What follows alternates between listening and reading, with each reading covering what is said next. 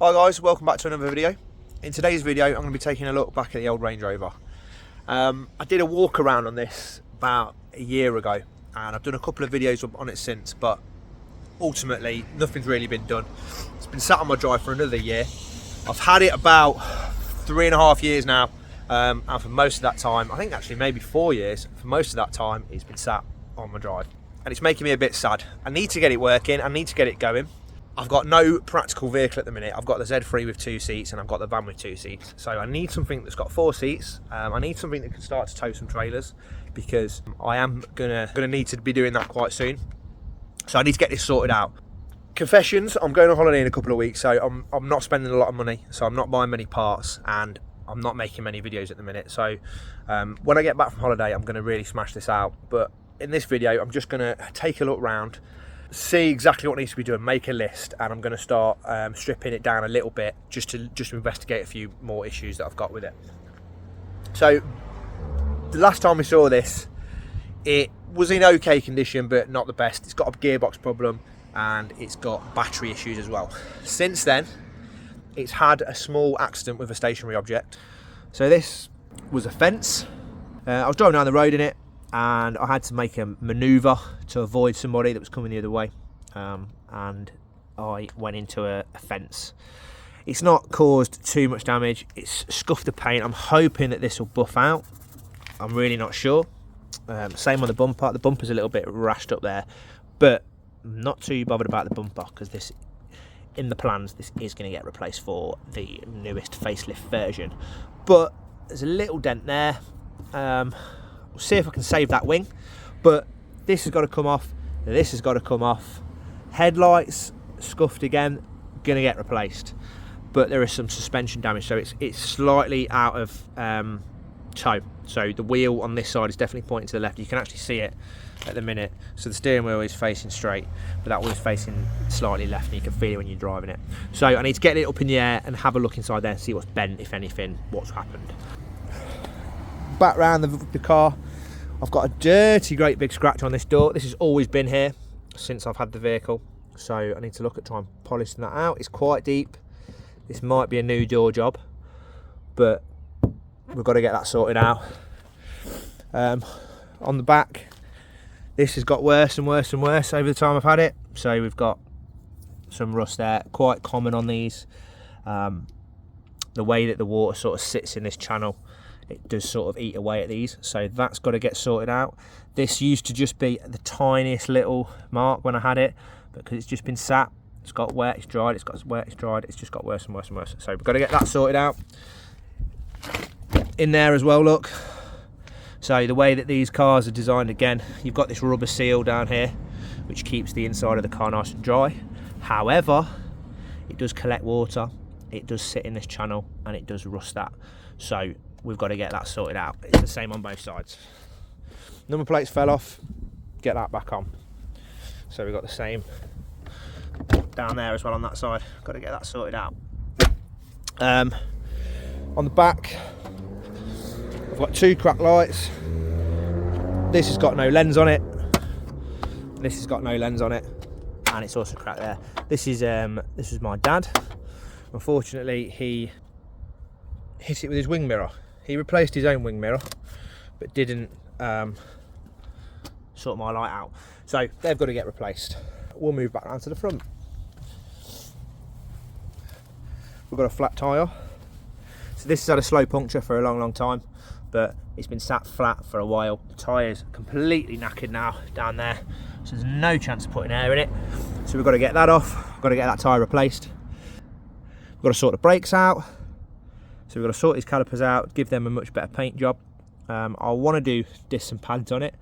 I want to do all the oils, all the filters on it. On the front, talking about the bumper earlier, I want to replace the bumper with the facelifted version, so the 2010 Range Rover front with the headlights, the grille, the bumper. So that's on the list. And mainly, number one job, which is going to get attacked when I'm back from a holiday because it's expensive, is the gearbox. So I'm going to attempt it myself. I'm going to drop the gearbox out of the car. I'm going to strip it down. From my research, it should just be a case of seals in the gearbox. They fail and it means that the gearbox oil levels don't work properly as they should, which leads to the car not being able to change gear. So this car doesn't go past third gear, works perfectly up to third, and then it stops. So yeah, gearbox in a couple of weeks when I get back from holiday. I'm going on holiday in 2 weeks today. Be a few weeks, but when I get back, I'm gonna get this really sorted out. Van's in the garage having some work done on it. That will be in another video as well. But again, same thing, need to spend a bit of money on that.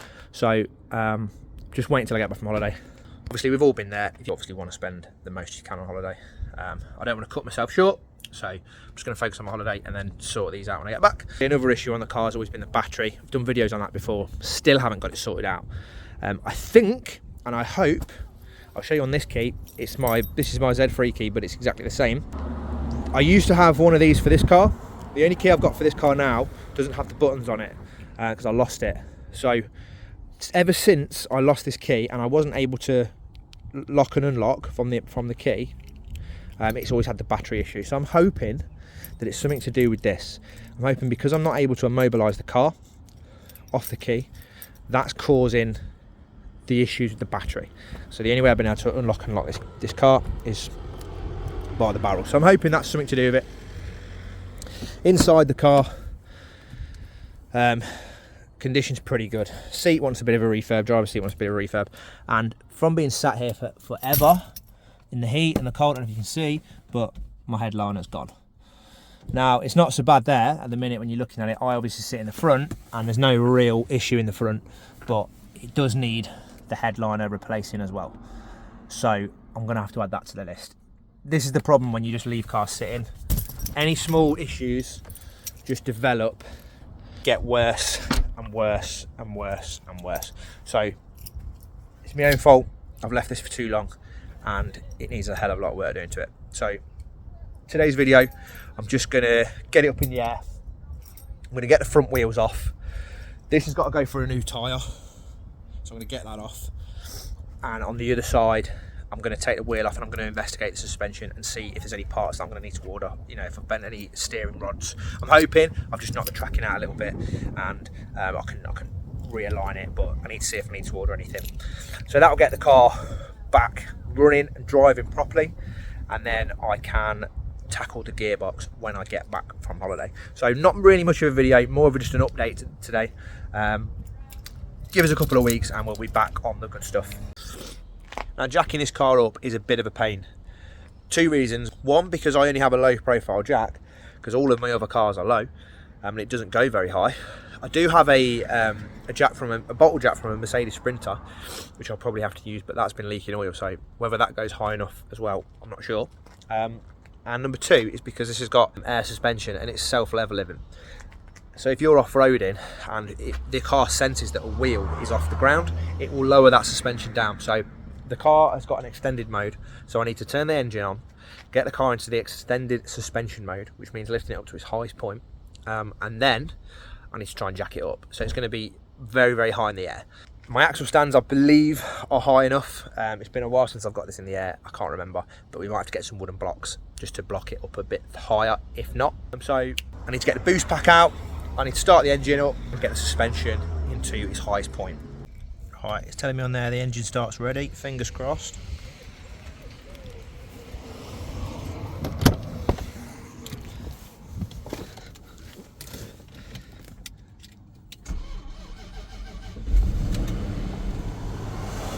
Sorted.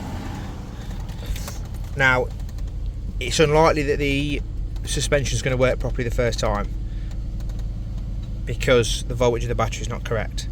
So what I'm going to have to do is let it run for a little bit, let the battery sort of charge up, let all the systems equalise themselves, and then I can probably use the suspension. Let me just try it actually. No, it's gone off. So yeah, everything sort of goes off. We've got suspension fault, we've got number plate light fault, so every system on the car just plays up a little bit when you start the engine on a low battery. Nothing to panic about too much, it's just a Range Rover thing. Back on, let's see. Can hear a lot of clicking, a lot of solenoids working. This car's not been started up in probably 6 months, so It's back off again. DSC switched off. So yeah, we're going to leave it running for 5 minutes, and then hopefully we've got enough fuel to leave it running for 5 minutes, and then we'll come back to it. A few moments later.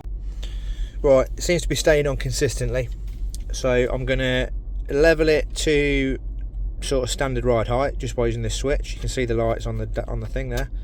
So hopefully if we look, we'll see it raising. Back goes first. Yeah, front's coming up.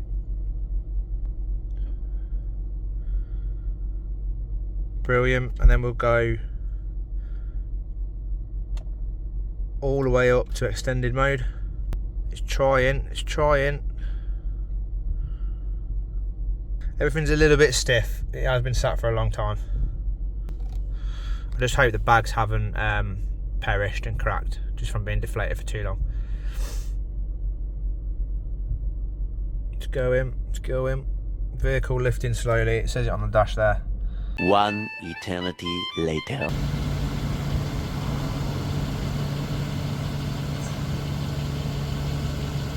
Are we up? Yeah, we're up. So we're much higher up in the air now. And then we'll get this jacked up, get this wheel off, get the other side off as well.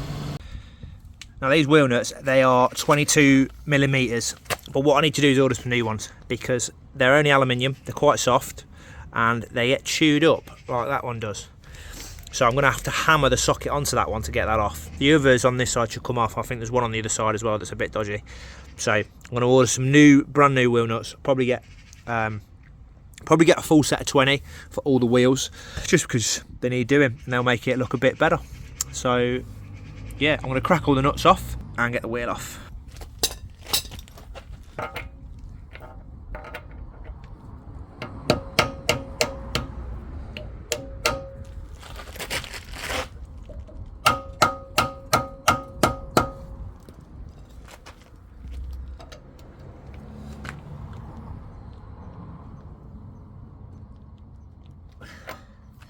Get a bigger hammer.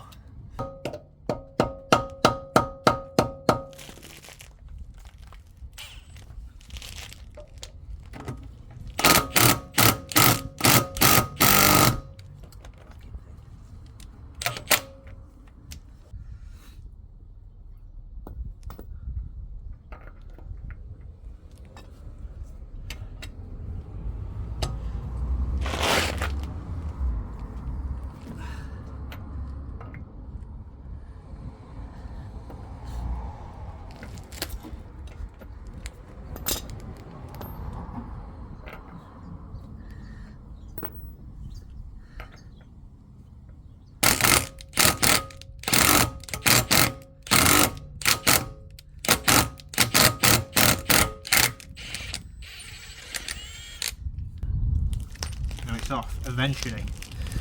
So with a combination of hammering it, using the impact to send vibrations through it, I managed to wiggle the socket, you know, sending the impact forward and backwards. I managed to get the socket far enough down on the bolt, on the nut, sorry, that I managed to get a grip on it and take it out. But this is absolutely knackered. I won't be able to reuse this, so I'm definitely going to have to order new ones. Show you. Yeah, look at the state of it. That's absolutely knackered. So that'll be going in the bin and get replaced with a new one. The others on this wheel are actually all fine. We're going to do the other side.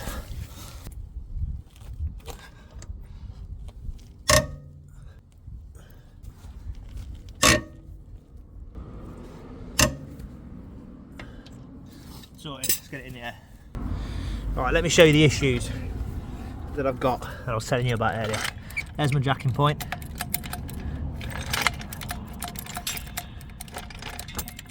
Alright. So that's the size the jack will go. And the wheel's not off the floor yet.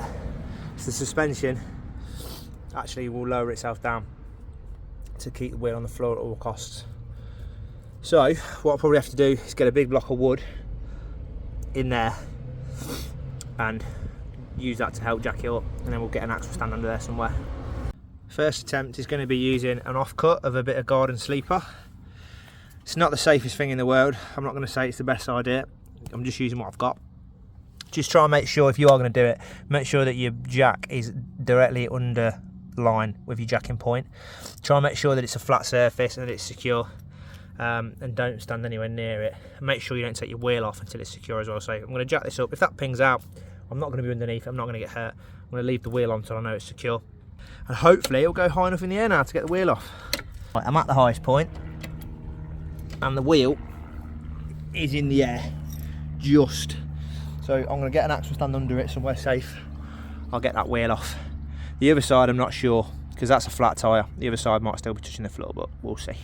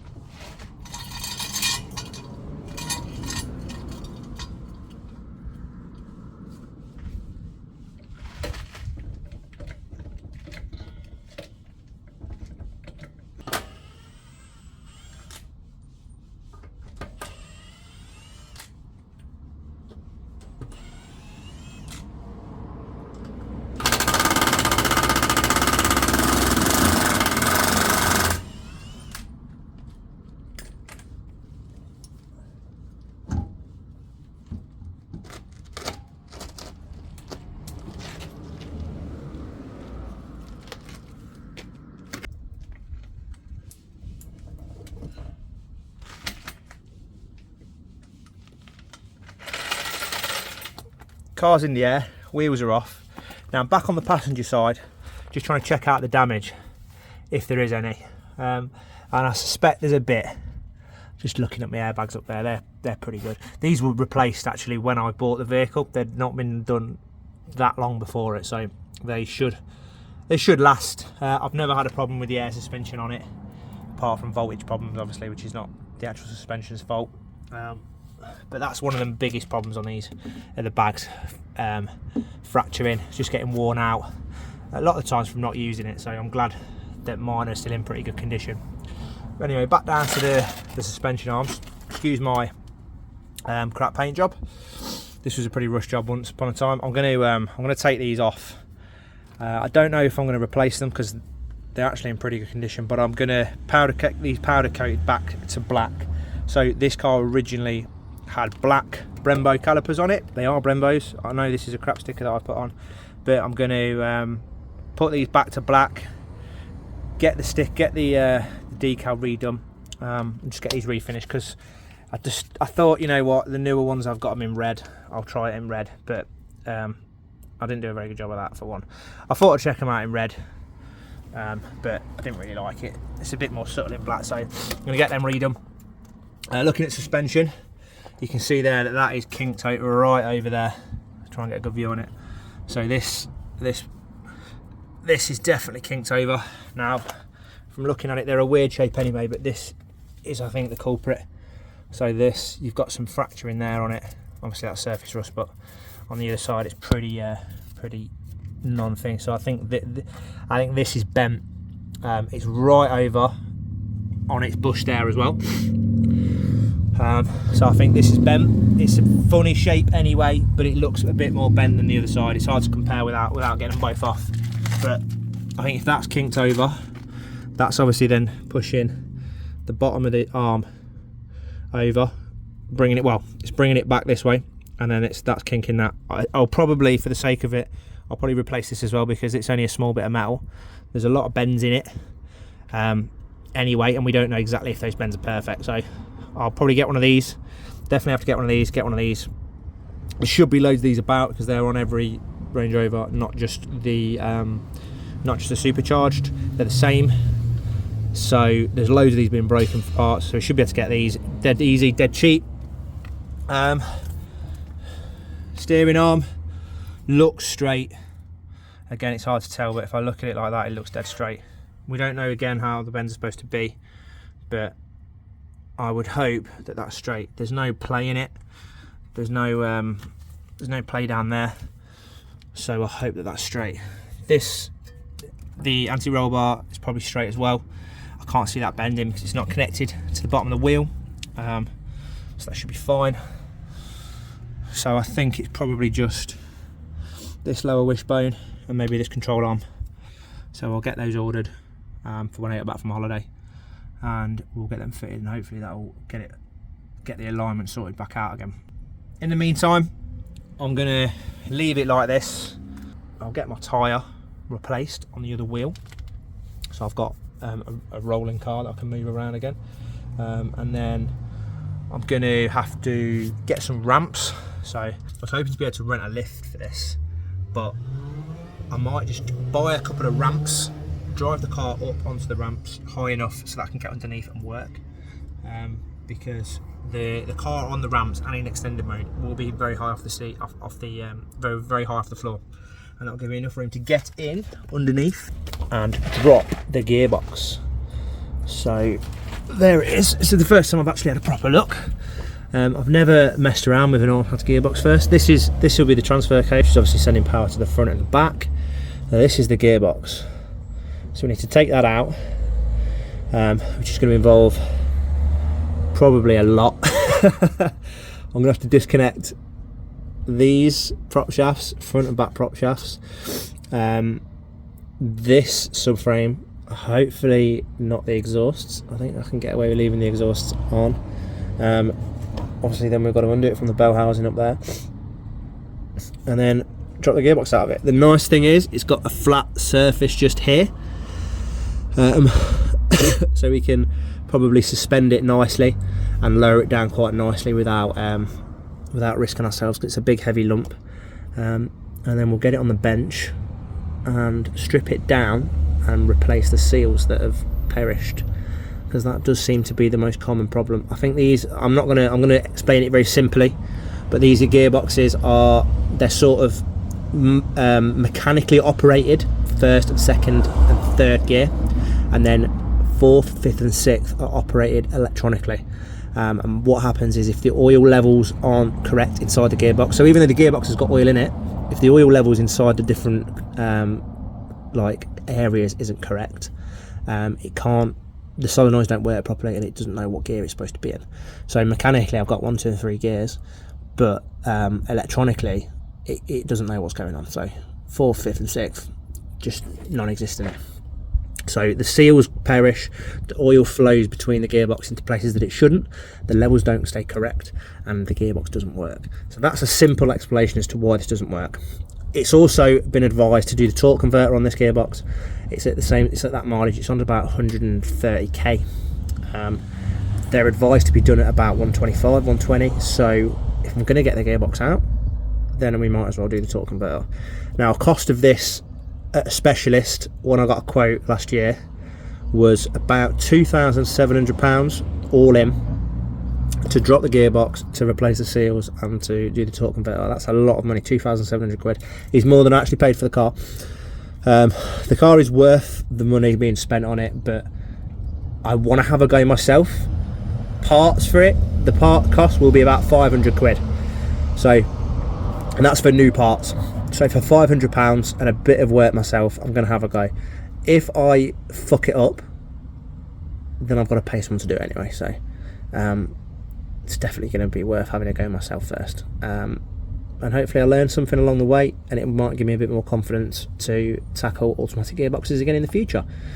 So I'm going to leave it on that, I think, for today's video. There's not really much more I can do. Sorry there's not much happening. Just being careful with money at the minute. I've got parts to buy, and I'm just saving it until after I've come back from holiday, because again I don't want to leave myself short for the holiday. Yeah, a couple of weeks and I'll be getting into the nitty-gritty of it. I should have a video on the van out next week as well, sorting out some issues on that. So bear with us and catch you on the next video. If you want to see more on this, let me know. If you want to follow it, the progress, and see if I get it sorted out, please like the video if you like the video. If you want to see more on the Range Rover, if you want to see the progress, see if we get it fixed, then please click the subscribe button, turn the notifications on, and you'll get a notification when there's a new video out on this. And yeah, I'll see you on the next video.